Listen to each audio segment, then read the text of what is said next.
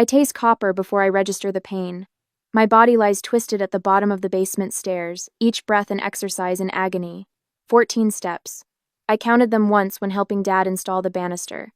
14 steps between me and the wallet Renee was rifling through when I walked in after my hospital shift. Aubrey? Renee's voice floats down from above, a practiced note of concern that doesn't match the coldness in her eyes moments before she placed both hands on my shoulders and shoved. Footsteps thunder overhead. Mom appears first, her slippers sliding on the concrete as she rushes to my side. Dad follows, filling the narrow doorway with his broad shoulders. What happened? His eyes dart between us, settling on Renee. I try to push myself up, but a stabbing pain in my ribs steals my breath. She pushed. I didn't, Renee interrupts. She tripped carrying laundry down. You know how clumsy she is. Dad's face hardens as he looks at me. Is that what happened, Aubrey? I open my mouth to protest, but catch Mom's expression, that quick, fearful glance at Dad before her eyes drop to the floor. It's a look I've seen 1,000 times. A warning. We'll handle this at home, Dad announces, his voice brooking no argument. No hospitals. The words hang in the air like a death sentence. I know what handling it at home means. I close my eyes, remembering 4 months ago when Renee hurled my medical textbook at my head while I studied. The cut required 7 stitches, but Dad called it an accident and stitched it himself in the downstairs bathroom. When I cried from the pain, he tightened his grip on my arm. Stop being dramatic, Aubrey. You're embarrassing us. Later, Mom cornered me in the kitchen, voice barely above a whisper. Just keep your head down until residency is over. It's only 2 more years. 2 more years of this. 2 more years of accidents. I press my palm against my side, feeling the unnatural give of bone beneath skin. I can't breathe properly, I say, my voice steadier than I expect. I need medical attention. I need medical attention. Dad steps closer, lowering his voice. What you need is to stop making a scene. We have company coming for dinner. My hands tremble as I reach for my phone in my pocket. Then suddenly, they don't. A strange calm washes over me as I pull it out. I'm calling Aunt Maggie. Something flickers across Dad's face, surprise, maybe even fear. He's not used to defiance. I'm taking her to the ER, Mom says, and I nearly drop my phone in shock. This is different, Richard. Dad blocks the doorway, arms crossed. Fine, but Aubrey, you tripped while carrying laundry. That's what happened. Say anything else, and you can forget about our support during your residency. The threat hangs between us. Without their help with rent, with the occasional groceries and gas money, my residence salary wouldn't stretch far enough. I'd lose the apartment, maybe even the residency itself. Renee smirks from behind Dad's shoulder. Daddy, will this affect my summer internship? My perfect academic record can't have any complications. The emphasis makes her meaning clear. My sister, the golden child, must remain untarnished. Mom helps me stand, and the room spins. Through the haze of pain comes a realization that lands like another fall. My family will sacrifice me to protect their image, Renee's future, Dad's reputation, Mom's perfect family facade. As they guide me up the stairs, Dad's hand on my elbow feels less like support and more like a warning. I swallow the taste of blood, already rehearsing the lie I'll tell at the hospital. But something has shifted inside me, broken loose with the same snap I felt in my ribs. This time is different. This time, I know exactly what happened. And someday soon, so will everyone else.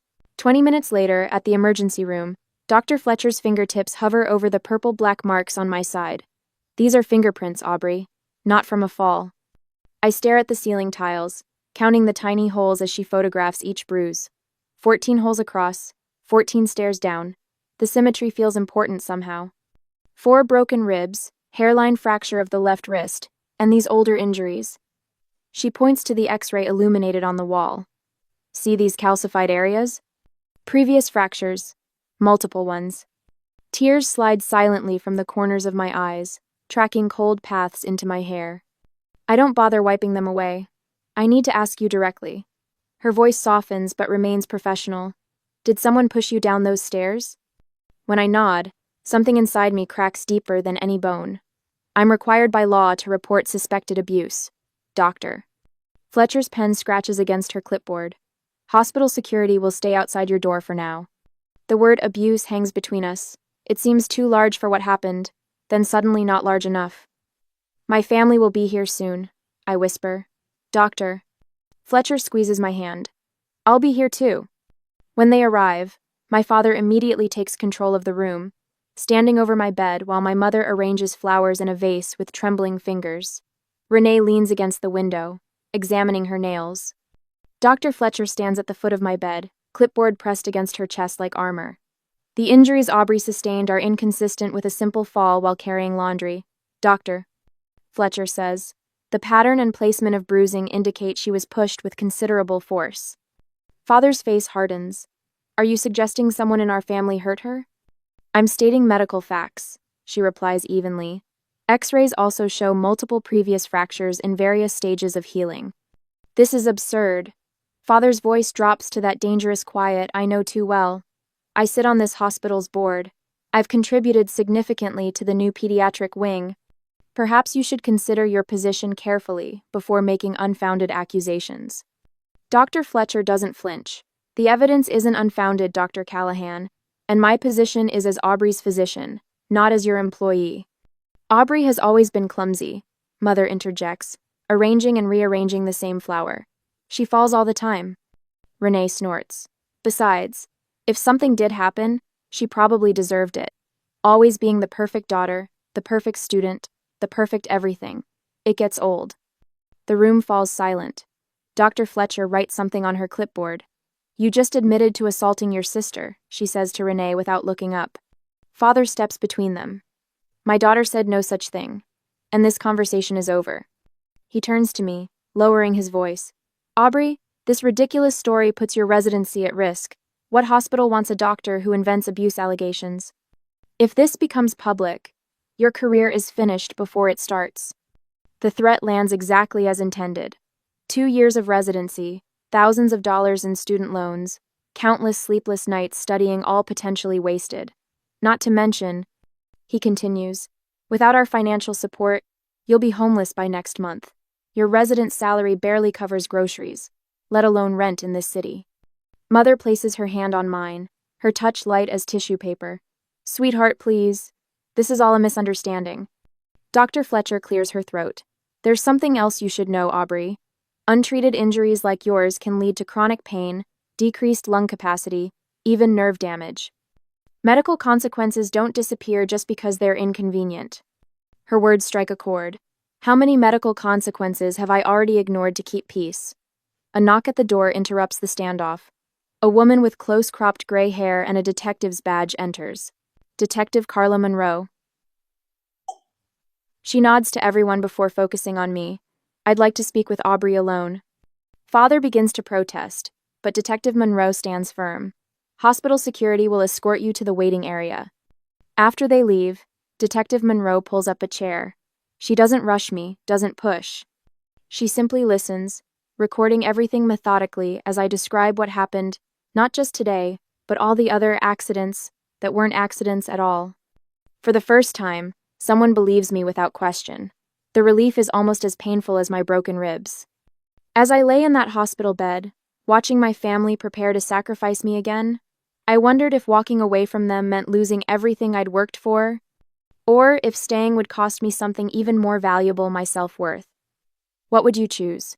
Security with conditions, or freedom with uncertainty? 6 weeks later, after I was discharged and sued my family for abuse, and started going to work again, the emergency board meeting notification appeared in my inbox at 5:43 a.m., just as I'm finishing an overnight shift.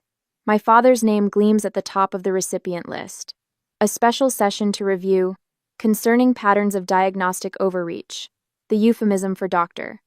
Fletcher's career assassination barely disguised. Did you see this?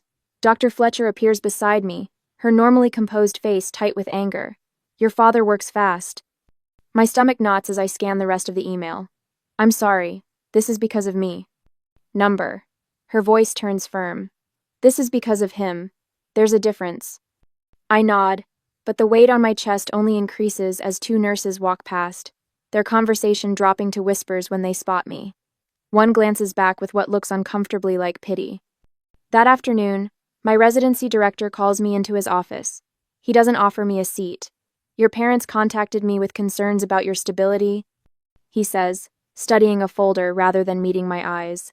They mentioned a history of exaggeration, emotional problems. The words hang between us like poison.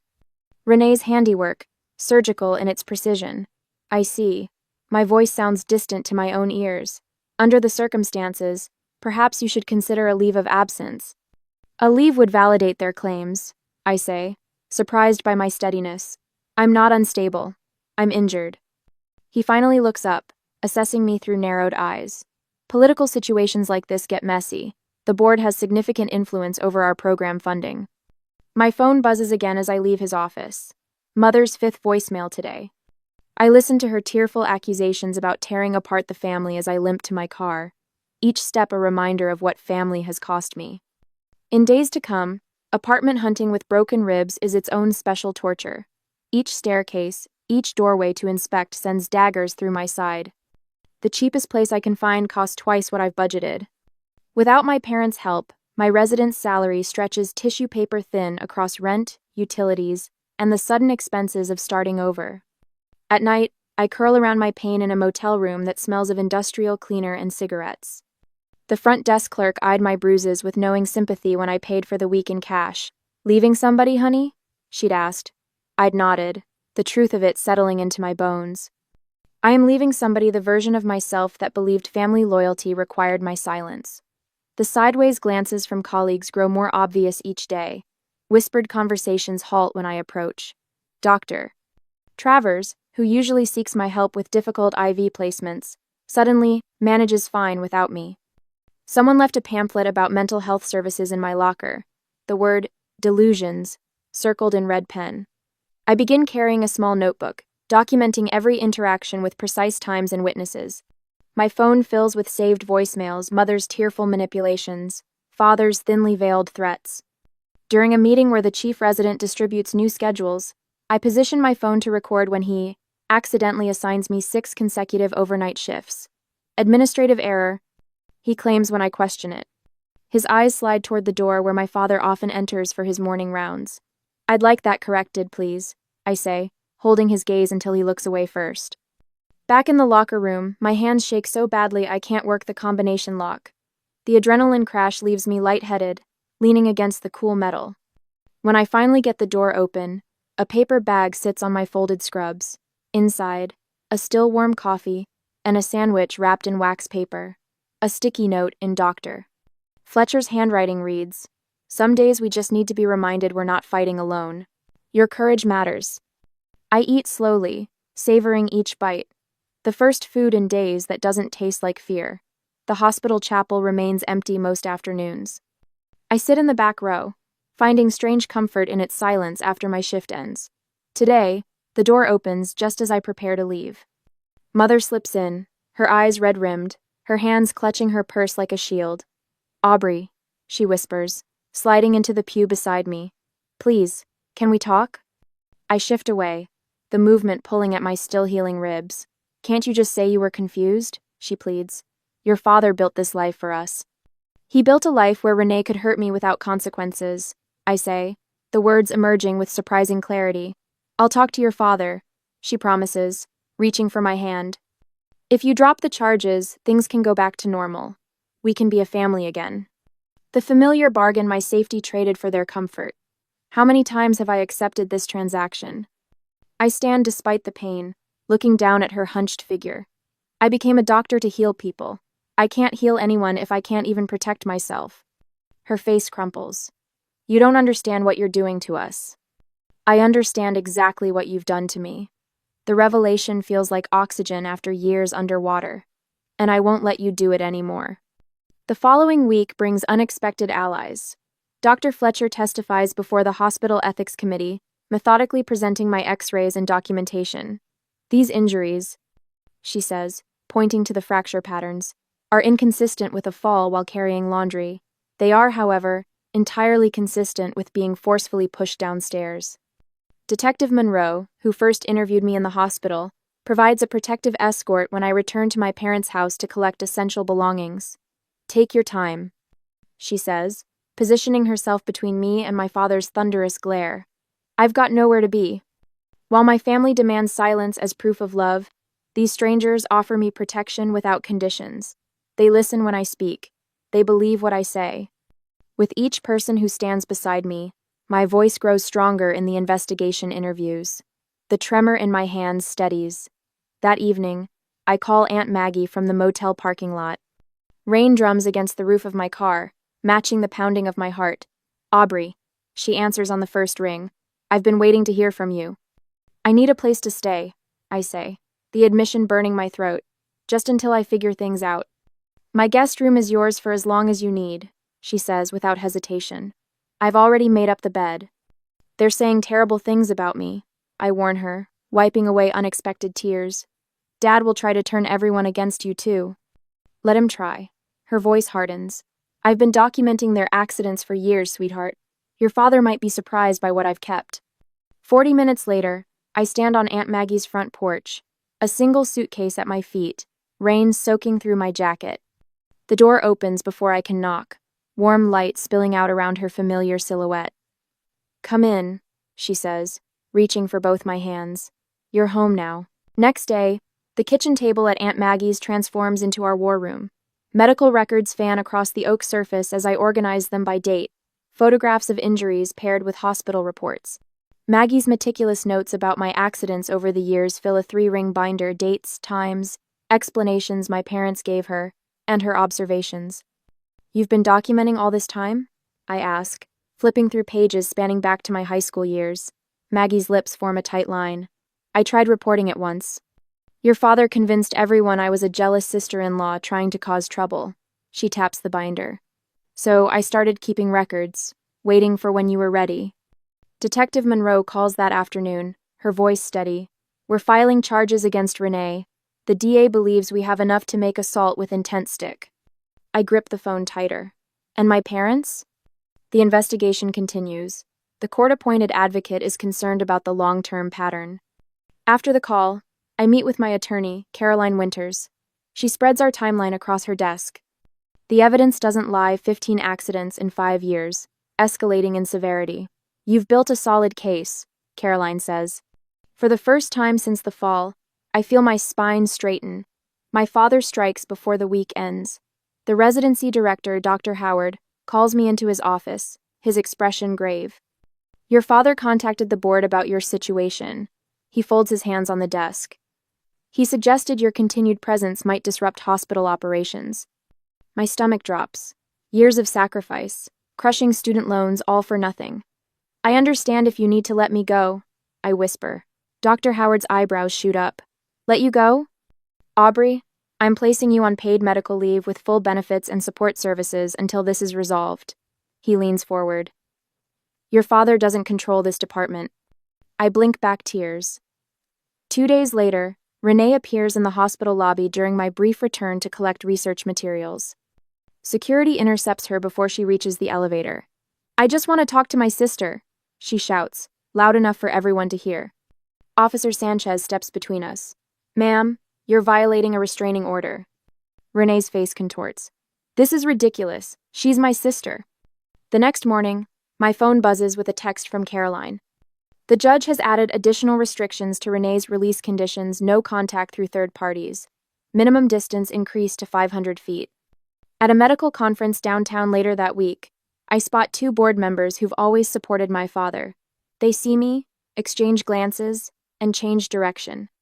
Word spreads quickly in hospital circles. When my attorney asks if I want to pursue maximum penalties against my sister and parents 2 days later, I hesitate. Would justice mean seeing them punished? Or would finding my own path forward, free from their control, be the greater victory?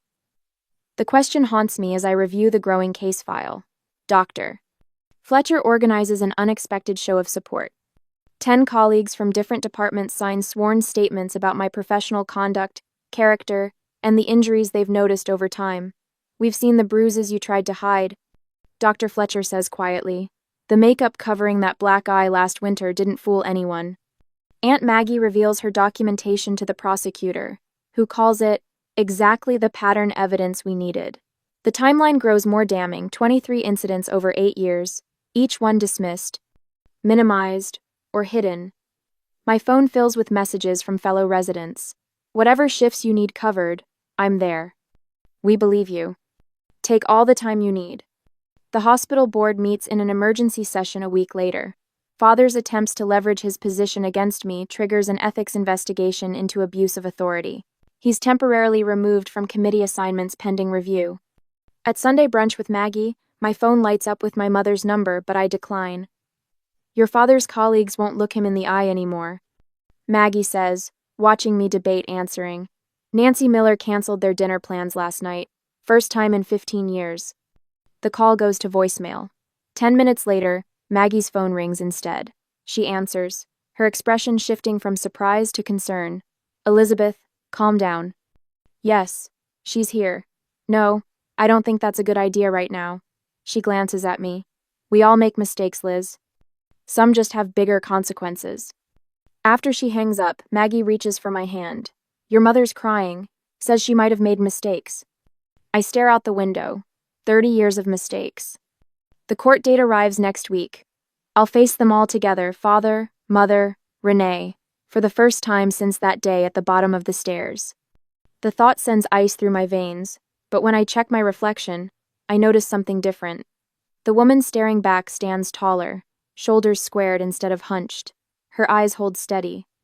I think of Dr. Fletcher, Detective Monroe, Caroline, the residents who've rallied around me, and Aunt Maggie, the family I chose instead of the one I was born into. For the first time in my life, I'm not standing alone. A day before the courtroom hearing, my parents demand a meeting in the hospital, which I attend. The conference room feels too small, the air stale with tension. My father sits across from me, his posture military straight, while my mother fusses with her pearl necklace, fingers trembling slightly as she adjusts it for the 5th time. Through the glass walls, I watch attorneys mill about in the hallway, their voices a distant hum. We want to resolve this before it goes any further, Father says, his professional tone almost convincing. He slides a manila folder toward me, a settlement offer. I don't reach for it. Weeks ago, I would have lunged for this lifeline. Now, I let it sit between us like the trap I know it is. Your residency tuition paid in full, plus a modest stipend. He continues, tapping the folder with his manicured fingernail. Enough to secure an apartment near the hospital. Mother leans forward, her perfume washing over me. We're family, Aubrey. Family matters should stay private. Private. The word tastes bitter. Like my medical records you accessed without permission? Father's jaw tightens. I have connections at that hospital you seem to forget about. One phone call about your emotional instability during your residency evaluation next month could. Richard, Mother whispers, placing her hand on his arm. He shrugs her off. Aubrey needs to understand what's at stake. I understand perfectly. The weight of his threat hangs in the air, my career, my future, everything I've worked for balanced on the edge of his influence. But something has changed since I walked down those basement stairs. Something broke loose when my ribs did. I reach into my bag, movements deliberate, unhurried. The manila envelope I pull out matches theirs in every way except for the contents. I slide it across the polished table. What's this? Father asks, not bothering to open it. Letters of support from the hospital administration.